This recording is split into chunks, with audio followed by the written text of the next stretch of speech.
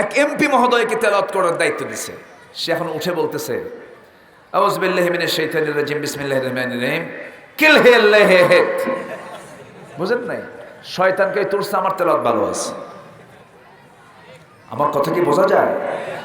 যে সমস্ত নেতার নামাজের নেতৃত্ব দেওয়ার যোগ্যতা নাই, ওই সমস্ত নেতার নেতৃত্ব দেওয়ার কোন অধিকার থাকতে পারে না। মুসলমান সজাগ হতে হবে, সজাগ হতে হবে। যে নেতা আপনার মৃত্যুর সময় আপনার জানাজার সামনে দাঁড়িয়ে নামাজের নেতৃত্ব দিতে পারবে না, জানাজার নেতৃত্ব দিতে পারবে না, ওই নেতৃত্বকে আমরা জুতা মারি, মুখের থুতু মারি। রাজি আছেন কারা কারা? হাত উঁচু করে দেখেন মুসলমান।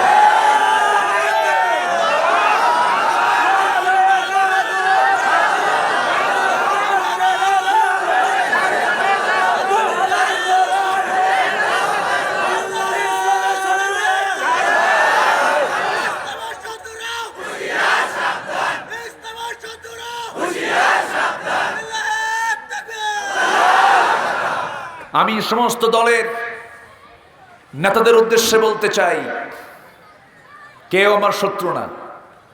আওয়ামী লীগ আমার ভাই, বিএনপি আমার ভাই, জাতীয় পার্টি ভাই, ইসলামী দল করেন তারাও আমার ভাই। দয়া করে প্রত্যেকটি দলের ভিতরে যারা নেতা আছেন সমস্ত কর্মীর মাঝে ঘোষণা দিয়ে দেন, নামাজ বাধ্যতামূলক করা হোক। কিন্তু বাধ্যতামূলক করবেন কেমনে? উনি তো নিজেই গাঁজা খায় ব্যস্ত থাকেন। আছে না নাই?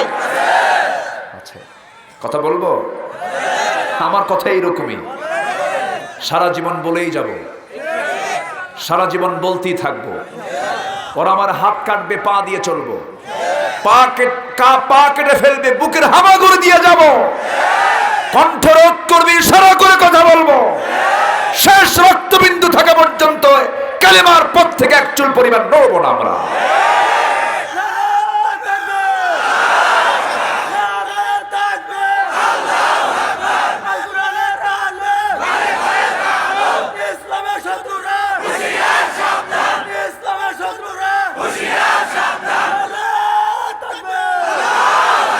আল্লাহ কবুল করুন, জোরে বলি আমিন। যুবক, তুমি কোন দলের অনুসরণ করো? যে দল তোমাকে জাহান্নামে নিয়ে যাবে, যে দলের নেতা মদের বোতল তোমার সামনে আগায় দেয়, নারী আগায় দেয়, ওই দল তোর দরকার নয়। কষ্ট হচ্ছে? সম্মানিত ভাইয়েরা, সম্মানিত বন্ধুগণ, আমরা সব নষ্ট করতে রাজি আছি, ঈমান নষ্ট করতে পারবো না। আমার জীবন চলে যাবে, যাক, এটা নষ্ট নয়, কিন্তু ঈমান তো নষ্ট করতে পারবো না। ঈমান নষ্ট হয়ে যায় কখন? যখন তার নামাজ থাকে না। নামাজ নষ্ট করবো আমরা? আল্লাহ তাআলা 1 নম্বর কারণ বলেছেন, যারা নামাজ নষ্ট করবো আমি তাদেরকে শুধু জাহান্নামে ঢুকাবো না, আমি ওকে জাহান্নামের গর্তের মধ্যে ঢুকাবো। জেলখানা শুধু দেবো না, জেলের মধ্যে, সেলের মধ্যে ঢুকাবো। ফাসাউফা ইয়ালকাউনা গাইয়া, আমি তাকে গাই নামক দোজখের গর্তের মধ্যে ঢুকায় ফেললাম। জাহান্নামের ভয়াবহ কিছু গর্ত আছে, এর মধ্যে গাই নামক গর্তটা ভয়াবহ। তাফসীর কুরতুবীতে এসেছে জাহান্নামও ওই গর্তকে ভয় পায়। জাহান্নাম তো জাহান্নামী, জাহান্নাম পর্যন্ত ওই গর্তকে ভয় পায়, এত ভয়ানক সে গর্তটা। সে গর্তের মধ্যে যদি না যেতে চাই, নামাজ আমরা কেউ ছেড়ে দেব না। জোরে বলি ইনশাআল্লাহ। কয় ওয়াক্ত নামাজ? কয় ওয়াক্ত নামাজ? এটা আমার সম্পদ, এটা আমার আখিরাতের সম্পদ, এটা আমি নষ্ট করবো, এটা আমার অর্জন। আল্লাহ তাআলা বলেন, ইয়া আইয়ুহান নাসু উবুদু রাব্বাকুমুল্লাযী খালাকাকুম ওয়াল্লাযীনা মিন ক্বাবলিকুম লাআল্লাকুম তাত্তাকুন। জোরে বলুন আল্লাহু আকবার। হে মানব মণ্ডলী, তোমরা সেই মহান রবের গোলামি করো যিনি তোমাকে সৃষ্টি করেছেন, তোমার পূর্বের সকল মানুষকে তিনি সৃষ্টি করেছেন, তার তোমরা গোলামি করো। এবং অন্য জায়গায় আরো সুন্দর করে জিনিসটা সহজ করে বলেছেন, খুব কমন আয়াত, আমার আপনার মুখের আয়াত, আমার সঙ্গে ঠোঁট মিলিয়ে বলুন, ওয়ামা খালাকাতুল জিন্না ওয়াল ইনসা ইল্লা লিয়াবুদুন। আমি জিন এবং ইনসান জাতিকে, মানুষকে সৃষ্টি করেছি আমার গোলামির জন্য। এই গোলামি করতে গিয়ে যদি ব্যর্থ হয়ে যায়, বিচার আছে না নাই? আসতে বলবেন না, আছে না নাই? এখন প্রশ্ন হলো, মানুষ এবং জিন ছাড়া আরো পৃথিবীতে প্রাণী আছে না নাই? ওদের বিচার হবে না, কিন্তু ওরা আল্লাহকে মানে, ওরা আল্লাহর জিকির করে, ওরা আল্লাহর তাসবিহ জপে। তারা যে আল্লাহর তাসবিহ জপে আমরা তা বুঝি না। ওয়ালাকিন লা তাফকাহুনা তাসবিহাহুম, তাদের তাসবিহর ভাষা তোমরা বুঝো না, কিন্তু তারা কিন্তু আমার তাসবিহ প্রকাশ করে, আমার পবিত্রতা ঘোষণা করে।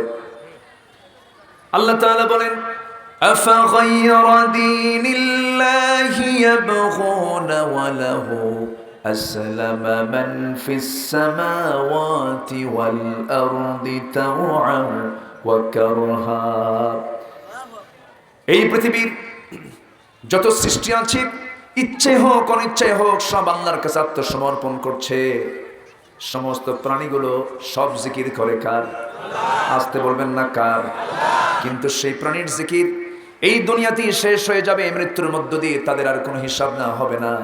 তাদের জন্য আখিরাত নাই, তাদের জন্য পরকাল নাই। কিন্তু মানুষের জন্য আল্লাহ তাআলা পরকাল রেখে দিয়েছেন। কেন? এর মূল উদ্দেশ্য হলো, মানুষকে যা দেওয়া হয়েছে পৃথিবীর অন্য কোনো প্রাণীকে তা দেওয়া হয় নাই। মানুষকে দেওয়া হয়েছে জ্ঞান, বুদ্ধি, কর্মের স্বাধীনতা, বিবেক দেওয়া হয়েছে কোনটা ভালো কোনটা মন্দ, কোনটা ন্যায় কোনটা অন্যায়, কোনটা হালাল কোনটা হারাম, সব বান্দা বুঝতে পারে। আল্লাহ তাআলা সে আকলটা দিয়েছেন কে? সে আল্লাহ তাআলা বান্দাকে আকল দিয়েছেন, বান্দাকে জানিয়ে দিয়েছেন, বান্দা এই আকলটাকে তুমি কাজে লাগাও। যার আকল আছে সে হচ্ছে আক্কেলওয়ালা, যার আকল না সে কি? এলাকে কি খায়? ব্যাক্কেল না? আচ্ছা, আসলে কিন্তু আকল শব্দটা আরবি শব্দ। যার আকল নাই তাকে কি বলে? ব্যাক্কল, মানে ওর ভিতরে কোনো আক্কেল টাক্কেল নাই।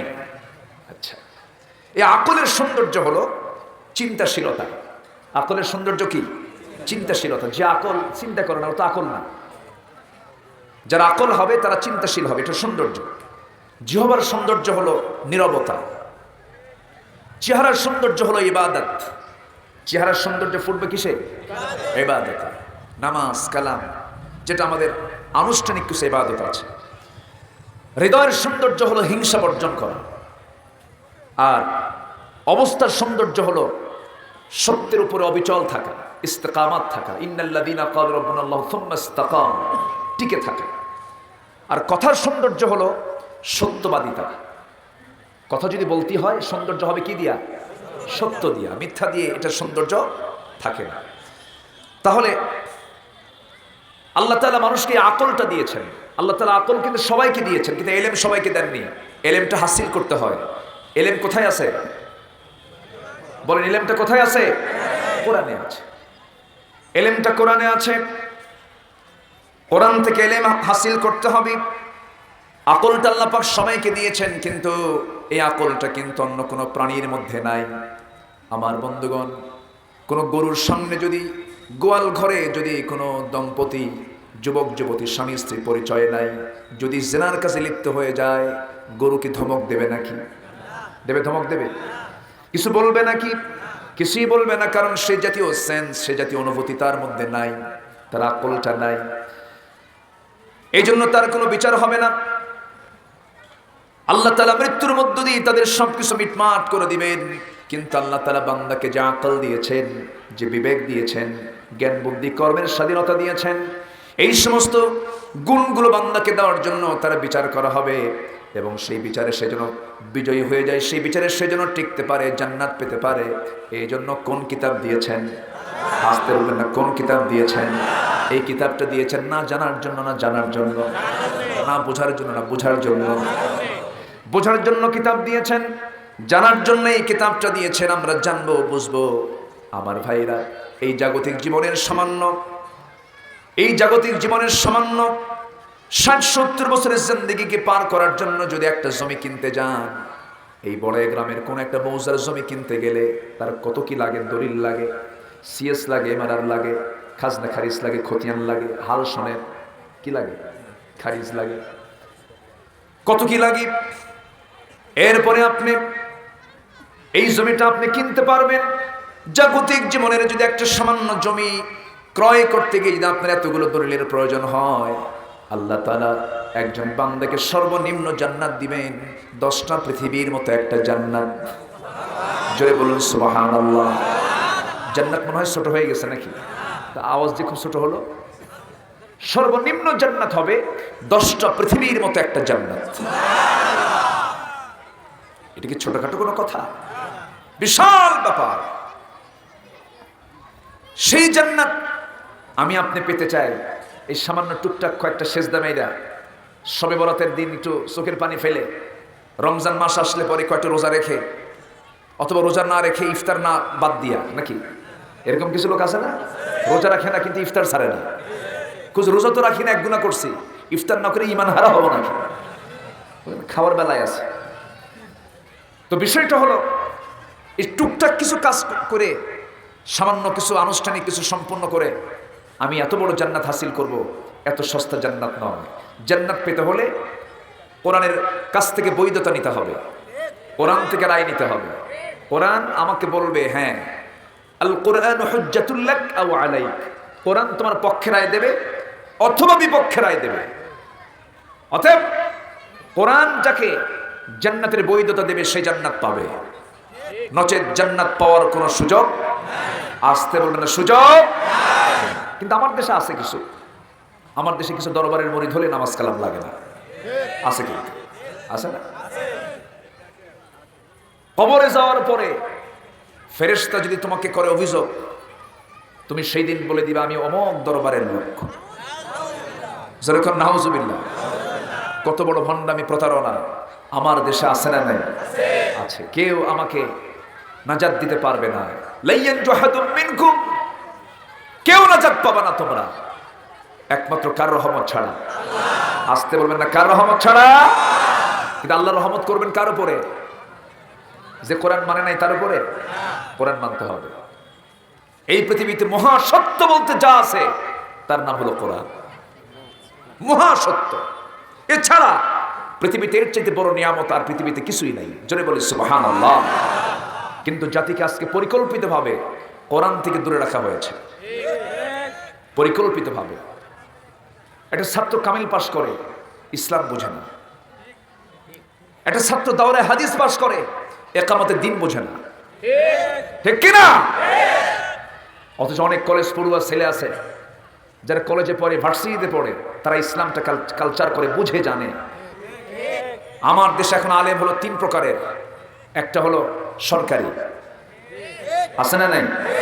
মদের ফ্যাক্টরি উদ্বোধন করে, দোয়া করে আল্লাহ এই মদের ফ্যাক্টরির যিনি মালিক, আল্লাহ তুমি তার উপরে খাস রহমত নাজিল করো এবং এই ফ্যাক্টরিতে বেশি বেশি মদের বরকত দিয়ে দাও।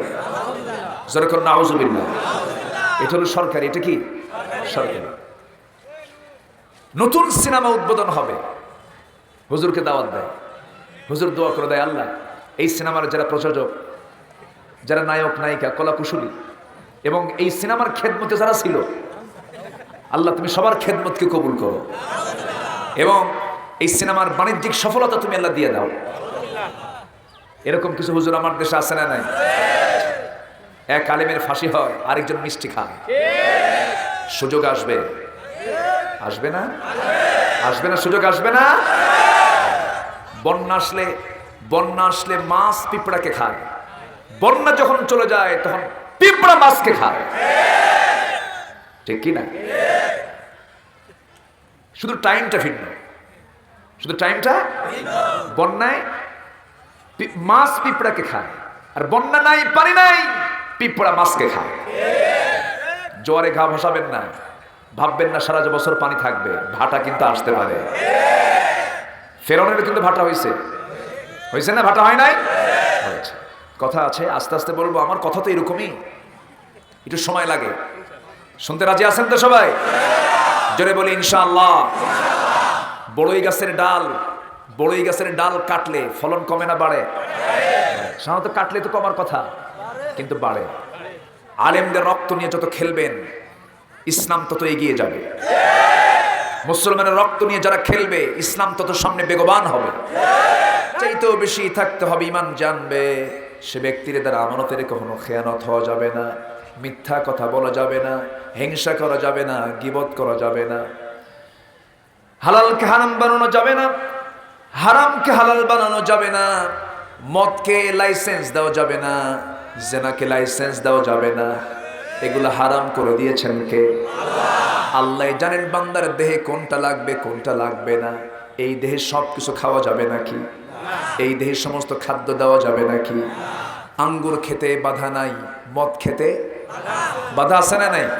কিন্তু মদ বানায় কি দিয়া? আঙ্গুর দিয়ে তো বানায়। এই তো কি যে মুশকিল বাবা, কি শুরু হলো এগুলো? একটু পিছনে থাকেন, দু একজন থাকেন, খালি বাঁশির আওয়াজ শোনাচ্ছে আমারে, বুঝলেন বাচ্চারা, একটু খেয়াল করে। তাহলে আঙ্গুর দিয়ে মদ বানায়, আল্লাহ বলছে আঙ্গুর খাও কিন্তু মদ খাইও না। আমরা মাটিতে বসে আছি, এই মাটিতে যদি পানি পড়ে তখন মাটি কি হয়? কাদা হয়ে যায়, নরম হয়ে যায়। এই নরম কাদা যদি আপনার গায়ে মারা হয়, আপনি কি মরবেন? মরবেন না। কিন্তু ওটাই যদি আবার আগুনে পোড়ায়া ঢিল বানায়া যদি আপনার মুখে মারা হয়, কি রক্ত থাকবে না রক্ত ঝরবে? ঝরবে। কেন? প্রসেসটা ভিন্ন। আল্লাহ বলছেন তুমি আঙ্গুর খাও, আঙ্গুরটা তুমি খেতে পারো, কিন্তু তুমি আঙ্গুরটাকে পচায় মদ খেতে পারবে না। কেন? ডাক্তারকে প্রশ্ন করেন, ডাক্তার আঙ্গুর কি খাওয়া যায়? হ্যাঁ ভালো, আঙ্গুর আপনি খাবেন। মদ? কিন্তু মদ খাওয়া যাবে না। মদ খেলে কি হবে? লিভার নষ্ট হবে। মদ খেলে কি হবে? কিডনি নষ্ট হবে। মদ খেলে কি হবে? মাতাল হয়ে যাবে। তাহলে ডাক্তারও যদি না করে, আল্লাহ কি বলবেন? একটু খাও। হ্যাঁ হ্যাঁ, আল্লাহ বলবেন এটা? আল্লাহ কি বান্দার অকল্যাণ চান? না। মদ খেলে মাতাল হয়ে যায়। এক বেচারি মদ খায়া রাত 3টার দিকে দরজার সামনে এসে ডাকতেছে বউকে। বউ তো ডাক শুনি টের পাইছে আমার স্বামী ডাবল বোতল মারছে, দরজার খোলে না ভয়ে। বড় একটা ছেলেকে আস্তে করে ডাক দিয়ে বলে, আব্বা এদিকে আসো, তোমার আব্বু আসছে, দরজায় দাঁড়ায় আছে, আমি দরজা খোলার সাহস পাচ্ছি না, সে যদি আমাকে মারতে নাই, সে তো মদ খাইছে। কে ঠিক আছে আম্মু চলো। বড় ছেলেকে সাথে নিয়ে দরজার কাছে আসছে। দরজা খোলা মাত্রই চোখ লাল টকটকা, লাল টকটকে চোখ বানায়া বইয়ের দিকে তাকায় বলতেছে, আম্মা আসসালামু আলাইকুম। যেরকম নাউজুবিল্লাহ।